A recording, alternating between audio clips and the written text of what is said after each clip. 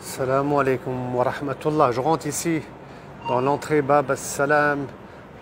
C'est par là qu'on passe pour saluer le prophète Mohammed sallallahu alayhi wa sallam. Masha'Allah. La tombe du prophète sallallahu alayhi wa sallam et Abu Bakr et Omar se trouvent plus loin sur la gauche. Mais je voudrais dire un mot, Inch'Allah, sur cette tombe. Le prophète sallallahu alayhi wa sallam, il a été enterré dans l'appartement de Aïcha. Il est mort avec la tête posée sur les genoux de son épouse, subhanallah, sallallahu alayhi wa sallam. Et il a dit qu'un prophète, lorsqu'il meurt, on l'enterre à l'endroit même où il meurt. C'est pour ça qu'il est enterré dans l'appartement de Aïcha radiallahu ta'ala anha. Et Aïcha, elle continuait à vivre auprès du messager de Dieu, sallallahu alayhi wa sallam, bien que celui-ci soit enterré à ses côtés, dans la demeure.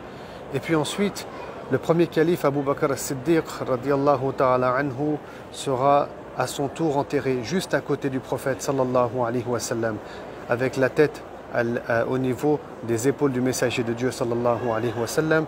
Puis ensuite, Omar sera enterré avec la tête au niveau des épaules de Abu Bakr as-Siddiq.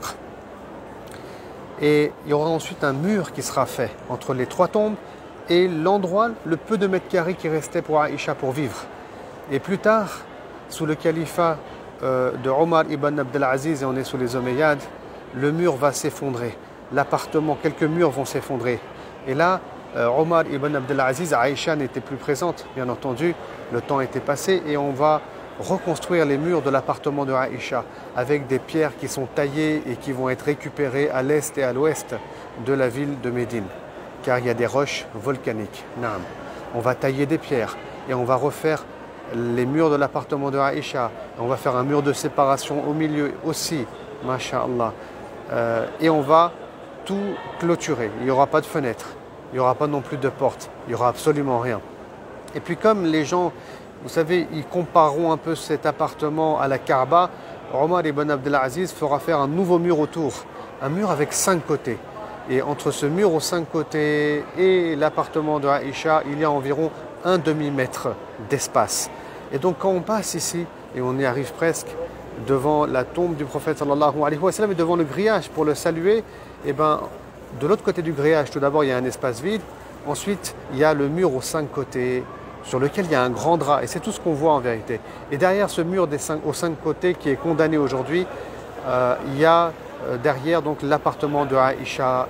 Et l'imam As-Samhoudi dit dans son livre Al-Wafa bil-Wafa, et là il y a des siècles et des siècles en arrière, qu'un jour ce mur s'est fissuré et il a eu l'occasion de rentrer. Et à l'intérieur, la terre s'est rabaissée de 60 cm environ. Il n'y a pas de poussière, il n'y a rien. Elle est un peu rouge, la terre, rougeâtre. Voilà donc les informations qu'on a.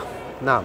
Quant au grillage autour, il a été mis en place par le sultan Mamloukite Qait Bey, qui a fait faire donc ce magnifique grillage qui va protéger les lieux en réalité.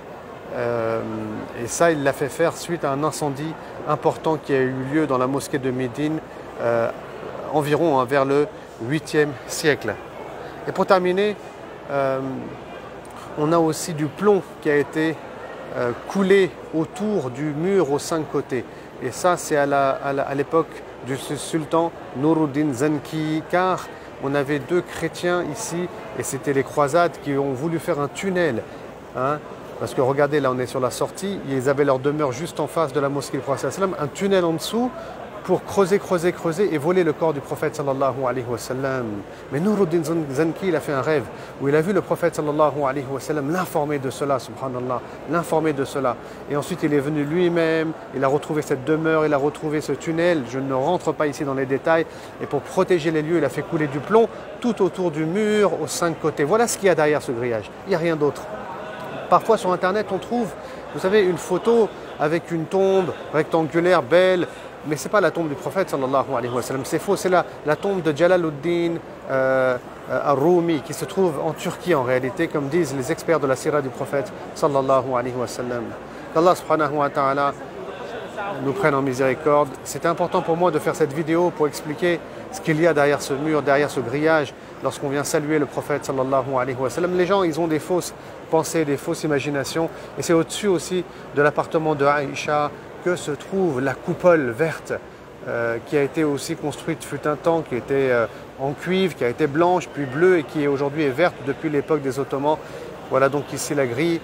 Et c'est là, regardez ici, qui est marqué le nom du prophète sallallahu alayhi wa sallam et qu'on salue. Avant, il y a un grillage ici, il n'y a rien. Il n'y a rien ici du tout. Hein. Regardez, là c'est la mosquée.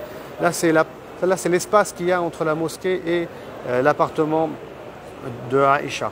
Vous voyez, donc c'est ici, il y a son nom au prophète sallallahu alayhi wa sallam, qu'il est enterré un peu plus loin derrière, bien entendu, comme j'ai dit dans l'appartement. Salamu alayka ya Rasulallah. Et là, c'est la tombe d'Abu Bakr as-Siddiq, et c'est bien mentionné par écrit aussi. Salamu alayka ya Abu Bakr. Et la tombe de Omar ibn al-Khattab. Salamu alayka ya Omar. Et là, il n'y a rien après, bien entendu. L'endroit où je me trouve actuellement, où je suis en train de filmer et saluer, c'est l'endroit où vivait Hafsa, radiallahu anha, l'épouse aussi du prophète sallallahu alayhi wa sallam. Et là, je vais vers la sortie de Babus Salam. C'est là que se trouvait aussi, à ce niveau-là, au niveau de la sortie, l'appartement de Othman ibn Affan radiallahu ta'ala anhu. Ici, à ce niveau-là, j'ai dit qu'il n'y avait rien. Hein. Donc là, je reviens en arrière. On a les tombes. Et ici, il y avait l'appartement de Saouda radiallahu ta'ala anha, autre épouse du prophète sallallahu alayhi wa sallam. Shukran jazilan, barakallahu fikum. Qu'Allah subhanahu wa ta'ala nous invite à la Mecque, qui nous invite dans la cité du prophète Mohammed sallallahu alayhi wa sallam. Assalamu alaikum wa rahmatullah.